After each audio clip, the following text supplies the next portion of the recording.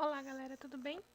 Estamos aqui mais uma vez para falar sobre o CPC e hoje a gente vai conversar um pouco sobre a parte recursal. O momento em que a gente começa, a gente já tem uma sentença, a gente já tem uma decisão de primeira instância e aí, utilizando o princípio do duplo grau de jurisdição, a gente solicita para que o Tribunal Superior verifique uma eventual modificação com relação a essa decisão.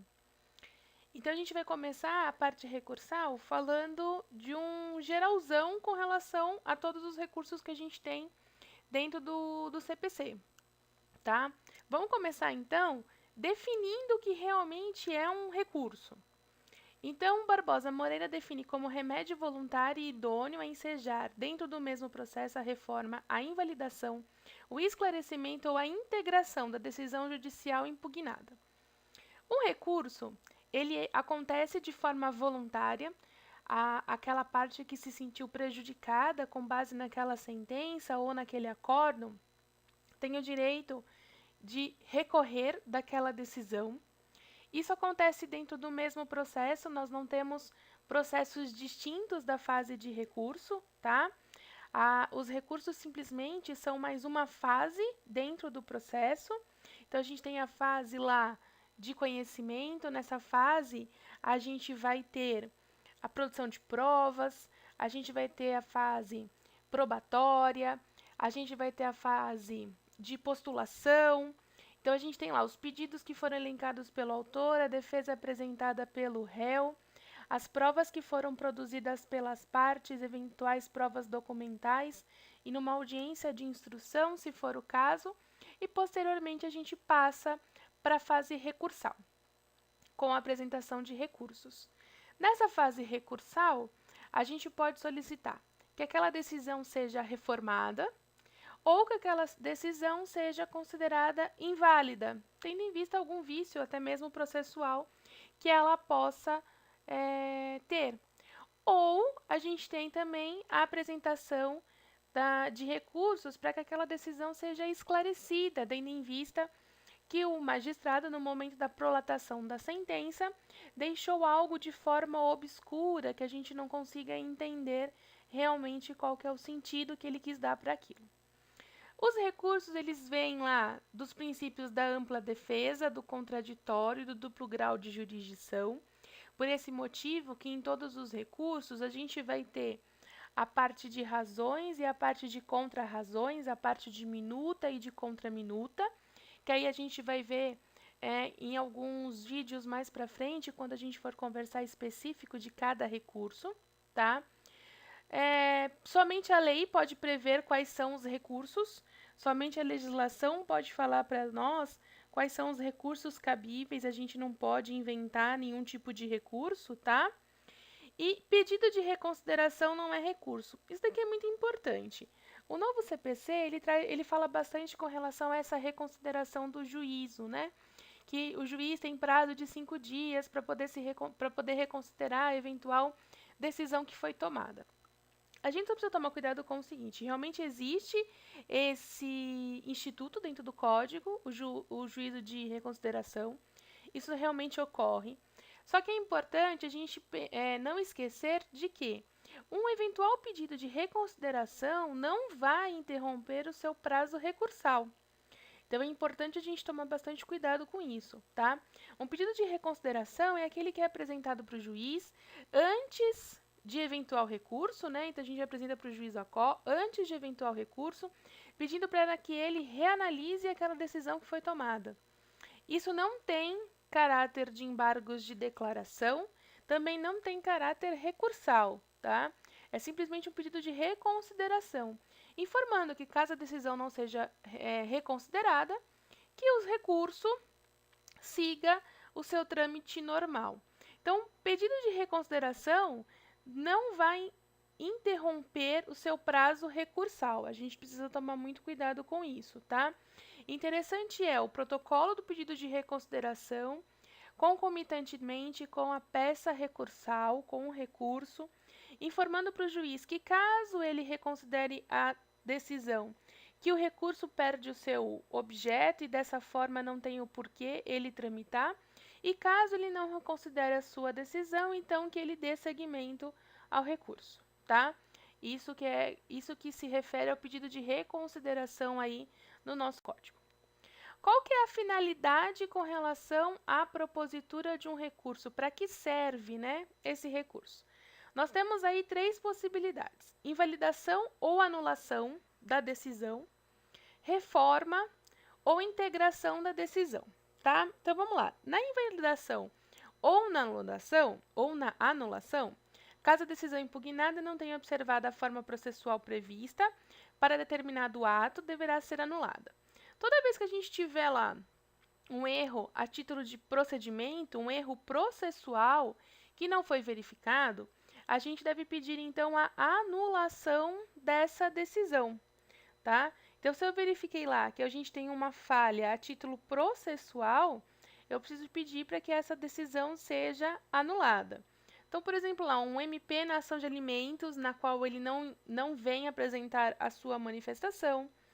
Quando o juiz não autoriza a produção de provas e, mesmo assim, prolata a sua sentença.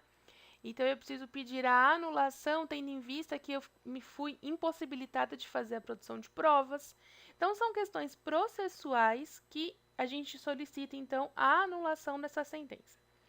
Uma reforma da decisão é quando a decisão impugnada não tem aplicado a correta solução para lide. Então, aqui a gente está discutindo a questão de mérito. A gente está discutindo a questão material dessa decisão. Então, a partir do momento que um dos meus pedidos não foi aceito pelo juiz, eu tenho que pedir a reforma dessa decisão. Então, entre os meus pedidos estava lá uma indenização por dano material e outra indenização por dano moral. Foi concedida a indenização por dano material, mas não foi concedida a indenização por dano moral. O juiz Acó entende que não tinha ali nenhum indício de que a minha moral foi ferida. E nesse caso, então, eu posso pedir a reforma da decisão, tendo em vista que não foi aplicada a melhor solução para aquele processo. Então, quando a gente fala de anulação, a gente fala da reforma da forma processual, que possui lá algum defeito. E quando a gente fala de reforma, a gente está falando realmente do mérito do direito material. E a integração da decisão, a decisão impugnada seja obscura, contraditória ou tenha algum tipo de omissão. É o caso dos embargos de declaração, né? Quando a gente pede lá para o órgão prolatador da sentença, porque o embargo de declaração pode ser feito tanto na primeira instância como em instância superior. Então, a partir do momento que aquela decisão ela é obscura, ela é contraditória, ela é omissa a algum tipo de situação, a gente tem integração da decisão e, para isso, a gente precisa apresentar embargos de declaração. Então, vamos supor que o meu pedido refere-se à entrega de alguma coisa. E aí, nessa sentença, o juiz fundamenta, determinando que realmente seja feita a entrega, mas no seu dispositivo ele não coloca essa informação de que o objeto deve ser entregue. Com isso, essa sentença ela é omissa com relação ao pedido que foi feito. Por esse motivo, eu vou ter que pedir para que o juiz complemente essa decisão por meio de embargos de declaração, ok? Então, a decisão, a finalidade do recurso são três. A invalidação ou anulação, quando a gente fala com relação à forma processual. A reforma da decisão, quando a gente estiver falando das questões de mérito. Ou quando essa decisão for obscura, contraditória ou omissa, que a gente vai pedir a integração da decisão. Integração porque a sentença de embargos vai complementar a sentença que foi dada primeiramente no processo, tá? Continuando aqui, quais são os recursos existentes dentro do nosso CPC? Então, lá no artigo 994. Então, a gente tem apelação, agravo de instrumento, agravo interno, embargos de declaração, recurso ordinário, recurso especial, recurso extraordinário, agravo em recurso especial ou extraordinário e embargos de divergência. Então, observa aí que a gente não tem mais o agravo retido no rol de recursos, tá? E aí, o código também autoriza os recursos adesivos. Então, a gente tem apelação adesiva, recurso extraordinário adesivo e recurso especial também adesivo, tá? Eu coloquei uma observação aqui com relação aos recursos no GEC. A gente tem ali alguns enunciados do FONAGED falando o seguinte: primeiro, que não é cabível embargos declaratórios, tá? E o recurso extraordinário. Segundo, não cabe recurso adesivo. E terceiro, não são cabíveis embargos declaratórios contra acórdão ou súmula.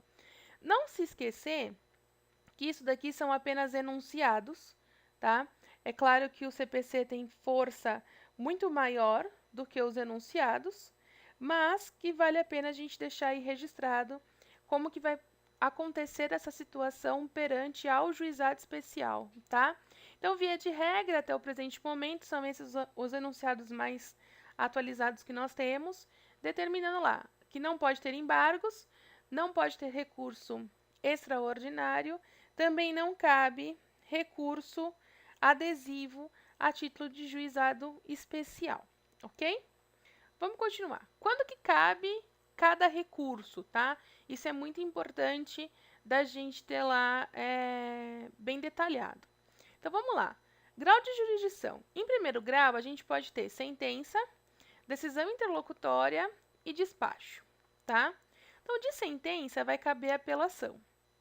De decisão interlocutória vai caber agravo de instrumento que está no artigo 1015 do CPC. De despacho, não cabe nenhum tipo de recurso, tá? Nem embargos de declaração, que era uma discussão que se tinha bastante no CPC de 73, se ia poder caber embargos ou não de despacho. Então, de despacho também não cabe agravo, tá? Cabe no máximo uma petição simples pedindo lá para que o juiz esclareça realmente o que ele quer. Mas não vai caber nenhum tipo de recurso. Então, em primeiro grau, a gente tem de sentença apelação, de decisão interlocutória agravo de instrumento e de despacho que não tem nenhum tipo de recurso, tá? Do segundo grau de jurisdição para cima, de decisão monocrática, nós temos agravo interno, agravo em recurso especial e em recurso extraordinário. De acórdão, nós temos recurso especial, recurso extraordinário, recurso ordinário constitucional e embargos de divergência, tá? Essa decisão monocrática que a gente fala aqui é, por exemplo, numa decisão a título de um agravo de instrumento, tá? Aonde, por algum motivo, o relator de bate-pronto ele já determina qual que é a decisão, tendo em vista algum erro processual, por exemplo, tá? Eu não preciso mandar esse agravo para que seja feito o julgamento, eu não preciso de nada disso, tá? Então, o relator verifica uma falha processual nesse agravo, então a gente tem lá uma decisão monocrática em relação a isso. Da decisão monocrática, agravo interno, agravo em recurso especial e agravo em recurso extraordinário. Agora, quando a gente tem um acórdão, a gente teve um julgamento, né? Então, a gente teve lá relatores, desembargadores que fizeram o julgamento dessa decisão. Disso vai caber recurso especial, recurso extraordinário, recurso ordinário constitucional e os embargos de divergência. De qualquer um, em qualquer grau de jurisdição, em qualquer decisão, exceto o despacho, é cabível os embargos de declaração, tá? Então, independente da carga decisória que a gente tenha, independente de ser sentença, decisão interlocutória, decisão monocrática ou acórdão, cabe embargos de declaração. A gente só não vai poder ter embargos de declaração de despacho, porque despacho não cabe nenhum tipo de recurso. Cabimento com relação ao recurso adesivo, que está lá no artigo 997, que fala o seguinte: cada parte interporá o recurso independente no prazo e com observância das exigências legais. O recurso adesivo fica subordinado ao recurso independente, sendo-lhe aplicáveis as regras do mesmo deste quanto aos requisitos de admissibilidade e julgamento no tribunal, salvo disposição legal diversa. Então, como que funciona essa questão do recurso adesivo? Nós temos o recurso principal, que é aquele interposto pela parte que se sentiu prejudicada, no prazo processual previsto no código, tá? Sem se preocupar com a conduta da parte contrária. Eu recebi uma sentença, essa sentença não foi favorável, eu vou lá e apresento a minha apelação. O recurso adesivo é aquele que é interposto fora do prazo previsto. Na maioria das vezes, esse recurso adesivo, ele é interposto junto com as contrarrazões. Então, eu que estou apresentando o recurso, a parte contrária, no momento em que ela é intimada para apresentar as suas contrarrazões, ela apresenta o recurso adesivo, que vai literalmente colado ao recurso principal, tá? Então, vedação da reforma para pior em desfavor do recorrente, no âmbito de apenas um recurso ter sido interposto. O que é importante a gente observar aqui? Primeiro, se o recurso principal, por algum motivo, não for recebido, automaticamente o recurso adesivo também não será, tá? Então, se esse recurso principal for uma apelação, essa apelação for considerada deserta, porque não foi feito o recolhimento de custas, automaticamente o recurso adesivo também será considerado inadmissível, tá? Então, o recurso adesivo, a gente tem que tomar certos cuidados com ele. É possível recurso adesivo? É. Em alguns recursos específicos, como a gente já viu lá nos slides anteriores, tá? Ele não é admissível no juizado especial. Porém, se porventura o recurso principal for considerado inadmissível, automaticamente o recurso adesivo também vai perder a sua necessidade e também vai ser considerado inadmissível, tá? Quem fala isso pra gente é o artigo 997, seu parágrafo 2º, eu vou ler de novo. O recurso adesivo fica subordinado ao recurso independente, então o adesivo fica subordinado ao principal, sendo-lhe aplicáveis as mesmas regras, desde quanto aos requisitos de admissibilidade e julgamento no tribunal. Então, as mesmas regras do recurso adesivo, as mesmas regras do recurso principal, vem lá no recurso adesivo, tá? Salvo disposição legal diversa, observando ainda o seguinte, inciso 1º, será dirigida ao órgão perante o qual o recurso independente for interposto no prazo de que a parte dispõe para responder. Então, o meu recurso adesivo ele tem que ser direcionado ao órgão na qual foi direcionado o recurso principal. E qual que é o prazo para interposição de recurso adesivo? O mesmo prazo da minha resposta, tá? Será admissível na apelação, no recurso extraordinário e no recurso especial. É o inciso 3º do parágrafo 2º do 997. Então, só cabe recurso adesivo de apelação, de recurso extraordinário e de recurso especial, tá? Não será, o inciso 3º, não será conhecido se houver desistência do recurso principal ou se for ele considerado inadmissível. Então, se a parte que interpôs o recurso principal desistir desse recurso, automaticamente o recurso adesivo não será conhecido. Se o recurso principal, por algum motivo, não for aceito, se por algum motivo ele for inadmissível, o recurso adesivo também será inadmissível, ok? Com relação aos recursos, o juízo de admissibilidade é o momento onde são verificados os requisitos formais com relação a este recurso, tá? Ele se assemelha à relação às condições da ação e ausentes o recurso não será conhecido. Então, se esse recurso foi interposto de forma intempestiva, se esse recurso não apresenta recolhimento de custas, se tudo isso estiver lá, não tiver dentro, ele não vai ser recebido. Esses requisitos se dividem em dois: os intrínsecos, a própria decisão impugnada, ou seja, o conteúdo e forma de uma decisão judicial, eu preciso trazer qual é a decisão que eu vou querer impugnar, e os extrínsecos, que são os referentes a critérios externos, então cabimento, legitimidade, interesse, tempestividade, preparo e inexistência de fato impeditivo ao direito de recorrer. Então, quando eu falo de juízo de admissibilidade, a gente tem que pensar nos requisitos formais para a apresentação desse recurso. Então, a gente vai seguir lá como base as questões da condição da ação, tá? E se tiver ausente qualquer requisito, automaticamente o recurso não vai ser conhecido. Esses requisitos se dividem em dois: os intrínsecos, que é a própria decisão impugnada, ou seja, o conteúdo da decisão que foi impugnada, tá? E os extrínsecos, que são fatores externos. Então, o cabimento do recurso, a legitimidade para recorrer, o interesse para recorrer, o prazo para esse recurso, o preparo, que é o recolhimento de custas, inexistência de fato impeditivo ao direito de recorrer. Não tem nada que me impeça de poder apresentar um recurso daquela decisão, tá? Desistência pode acontecer a qualquer momento e eu não preciso da concordância da parte contrária, tá? Então, a qualquer momento eu posso desistir do recurso e eu não preciso pedir que a outra parte concorde ou não, tá? Se for ocorrer uma renúncia, ambas as partes precisam renunciar ao recurso. Então, desistência, eu não preciso de concordância. Renúncia, eu preciso que a outra parte concorde, tá? E a aquiescência, que decorre de um ato incompatível com a vontade de recorrer, que está lá no artigo 1000 do CPC, que fala o seguinte: a parte que aceitar expressa ou tacitamente a decisão não poderá recorrer. Considera essa aceitação tácita a prática sem nenhuma reserva de ato incompatível com a vontade de recorrer.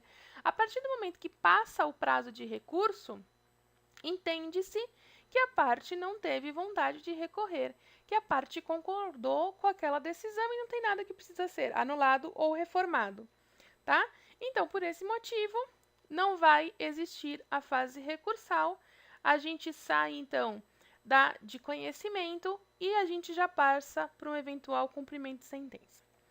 Juízo de mérito, a efetiva análise da impugnação realizada. Então, eu tenho o juízo de admissibilidade, que vai verificar os requisitos formais, tá? Os requisitos processuais com relação a isso.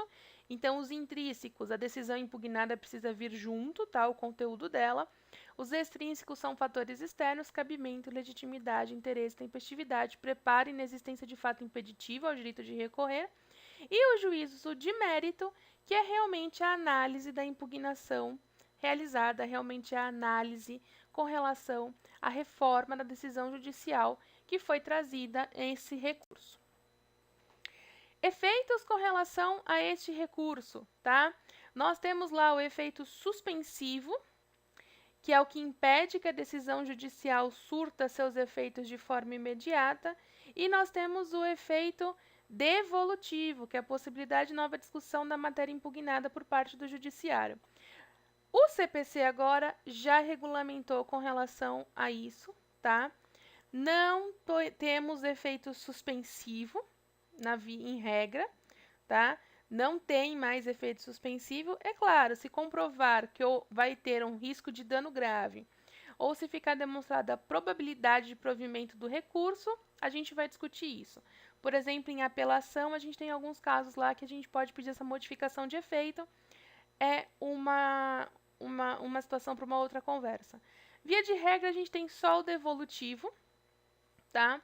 Porque a matéria pode ser rediscutida numa instância superior, então cabe uma nova discussão com relação àquilo que foi decidido, tá? E isso não vai caber ao juiz que prolatou a sentença, e sim ao órgão superior que vai fazer a análise, né, dessa reforma ou dessa anulação que está sendo solicitada. Pois bem, essas são as minhas considerações referente à teoria geral dos recursos, tá? Um panorama aí de todos os recursos que a gente pode ter dentro do ordenamento jurídico, dentro do CPC. Os próximos vídeos serão referentes a recursos em específico. Então, nós vamos trazer apelação, agravo, embargos, recurso especial e recurso extraordinário, para que a gente possa discutir os recursos mais famosos que a gente tem. Então, isso vai acontecer aí nos próximos vídeos. Eu deixo aqui mais uma vez todas as redes sociais com relação ao canal, o blog. O blog é muito importante que você siga. E se porventura você tenta acessar o blog via celular, ao final da tela tem lá para você visualizar a versão web. Clicando lá, do seu lado direito vai aparecer a parte de seguidores. Clique em seguir lá para que a gente possa, com isso, manter você atualizado de tudo aquilo que acontece nos nossos canais. Facebook também está lá no blog, tá? Você entrando no blog, você consegue já curtir a página do Face. E o YouTube, onde tem lá todos os vídeos para vocês poderem assistir. Vamos ficando por aqui. Nos encontramos nos próximos vídeos para conversar mais um pouco sobre direito. Aquele abraço.